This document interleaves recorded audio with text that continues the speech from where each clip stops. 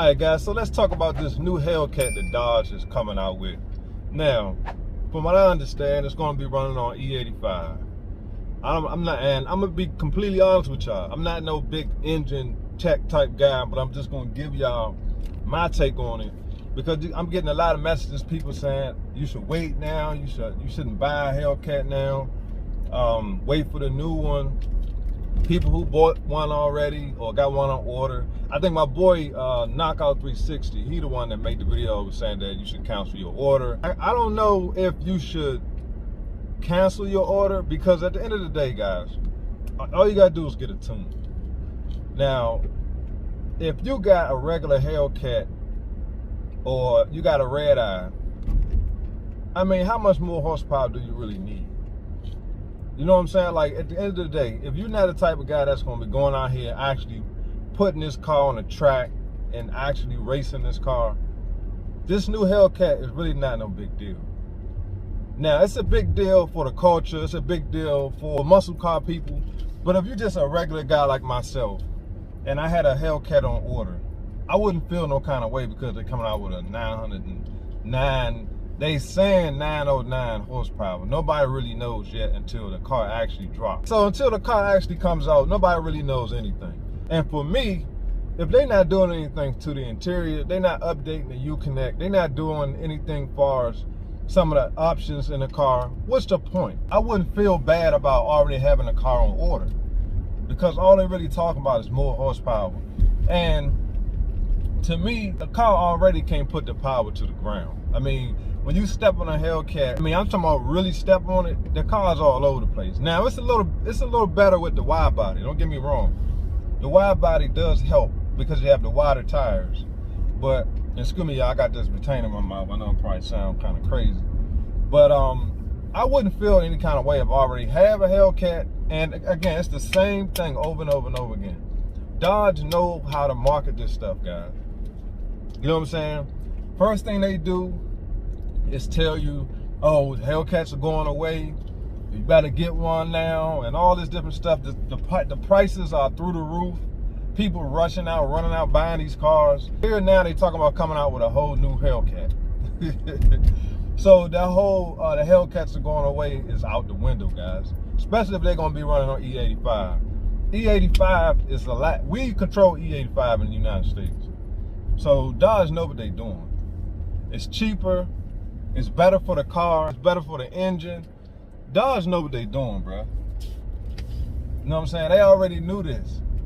Like I said, it's all a marketing strategy, guys. So we can't fall for this stuff. So if you already ordered a Hellcat, there's no reason to panic and, oh, I'm gonna go cancel my order and all this different stuff. There's no need to do that, guys. You know what I'm saying? Just get a tune if you already have a Hellcat. And on top of that, it's all about knowing how to drive the car as well. You can have all the horsepower in the world, but if you can't control the car, you can't handle the car, it's not gonna matter anyway. And I think Dodge is smart by going with E85. It makes sense. It's cheaper. The main thing is cheaper to run. And will it be an automatic thing? I mean, is it will you have to have a new ECU? Would it be automatic where you have the option of putting E85 on regular gas? I wonder if that's going to be an option as well. And again, guys, correct me if I'm wrong. Like I said, I'm not no big tech guy. I'm not no big engine know-it-all. So just let me know. I mean, what I'm saying, I'm not, you know, I'm not the type of person that you correct me said about it, you know. So, but it's interesting, man, because I know a lot of people are panicking. A lot of people like, oh man, they coming out with a new Hellcat. I already got my car on order. Man, keep that car on order, because from what I understand, they're not changing nothing. You know what I'm saying? It's gonna still look the same. And I don't know what they're gonna do for us the Chargers. That's just the Challenger. So I would say just be patient, keep waiting to see what happens. Actually wait until the car comes out. And you know, it's gonna be interesting. I'm just curious how they plan to actually use all this horsepower. I'm excited about it, don't get me wrong. Y'all know I'm a big Dodge guy. E85 just make more sense, guys, for, you know, it's better for the engine. It can clean the engine, and it has a very high octane So it's better than gas, than regular gas. It don't have all the same chemicals as gas. So E85 just make more sense. And I get it. That's Dodge's way of getting away from regular gas, which is high right now. E85 is just a lot cleaner. And with that being said, that just tells me that yes, Dodge will be moving to electric cars, but I don't think that's the complete end of the regular V8s. I just don't think this is the end, guys. They have a very good marketing strategy when it came to this stuff, bro. They know what they were doing. Just look at how HELLCATs are right now. They, you know, 100,000, scat pack $60,000, $70,000. That's crazy. And they just took advantage of what was going on. So what they tell us, hey, you know what? Let's say that this is the end for HELLCATs, and watch what happens. Look, everybody going crazy, paying ridiculous amount for these cars, and now they're starting to be repossessed. You're about to see all these HELLCATs and scat packs about to hit the used car market. It's about to be crazy. So guys, just be smart, just be patient before you just run out and go buy this daggone new HELLCAT. Don't get me wrong, I'm not against it. I'm just telling you to be smart, because Dodge is about to drop some heat, and this is just the beginning. So if you already got one on order, just keep it. When it comes in, if it's not fast enough for you, I don't understand how much faster you need to go. If it's not fast enough for you, tune it, you know, change the pulley, whatever you need to do to make it faster. But, and definitely don't go run and trade the car in. I mean, unless you're rich, and you can just either go buy a new one without trading it in, or you can put down $60,000 on a new one, because the negative equity in the one you got now gonna be crazy when these new ones drop. Trust me, within the next 3 to 6 months, the price of these cars is gonna drop tremendously. I'm telling you, and it's gonna be out of control. I'm telling you guys, just be smart about it. It's something to be excited about. I can't wait to drop it. I'm hoping and praying that they do something new for the Charger. Maybe that's what they're waiting for. They're gonna keep the Challenger the same, and maybe they're gonna drop a new Charger on us. That's gonna be crazy. Everything updated. I highly doubt it, but you never know. They talk about going with this E85, guys. I mean, who knows what Dodge is up to? I think they understand that everybody's not going for this electric stuff, man. Everybody's not feeling it. I'm not feeling it. And most of the people I talk to, like, man, I'm not buying no electric muscle car. So Dodge had to come up with something. I think E85 is a smart thing. It's very smart, because first of all, it's more affordable than regular gas. It also eliminates the emissions problem. Do some research on E85 and you'll see what I'm talking about. It'll make perfect sense to you why Dodge decided to go with this E85 HELLCAT. Makes sense. They should have been done it, and then we wouldn't have had this problem. I know E85 is not available everywhere, but it's starting to be. Like I say, we control that, the United States. So that's something that we can definitely, and they're starting to push it now. We have to. We cannot continue to be paid $4 and $5 a gallon for gas. We can't do it, man. I don't care how much money you make. Listen, I'm excited about the HELLCAT, and I want them to stay. You know what I'm saying? But just because something new come out, don't mean you gotta run out and get it every time something new comes. There's always gonna be something new coming out, guys. You know what I'm saying? It's something to be excited about if you're a Dodge Mopar guy.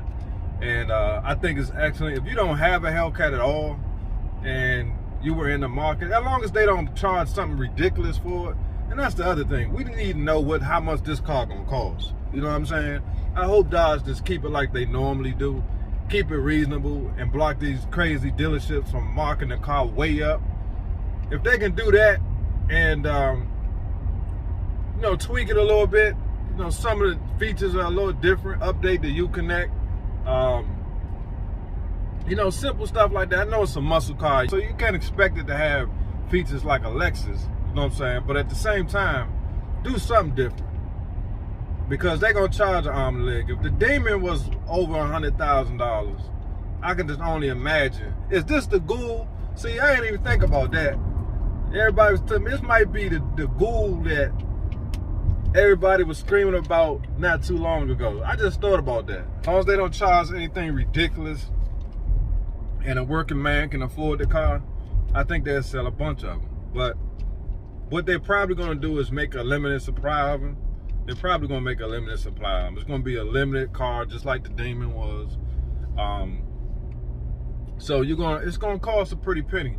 So there's no reason for somebody like me to be like, oh, if I got a 22 or 23 Hellcat, regular Hellcat on order, there's no reason for me to be like, oh, I need to cancel that so I can get this new 909.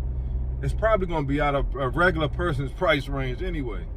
So it's cool for the Mopar community, like I said before, but it's not to the point where if I already have, especially a red eye or anything, if you got a 392, I mean, just can't just because something else new comes out, everything else doesn't matter. That's just, you can't live like that. You gotta just, maybe one day you can upgrade to it, or maybe not. Maybe it's just something you'll go see at the track, or your boy might have one, and you just have to admire his. I mean, I don't know, and then you just don't know what the next day gonna bring. You could hit the lottery, who knows? So just enjoy what you got, and just enjoy it. Just be, we can always be excited about what's new. I can't wait to see it. I really want to know what they're gonna do differently to make it more appealing. Because the same old car from 2015, and you just added a little more horsepower to it.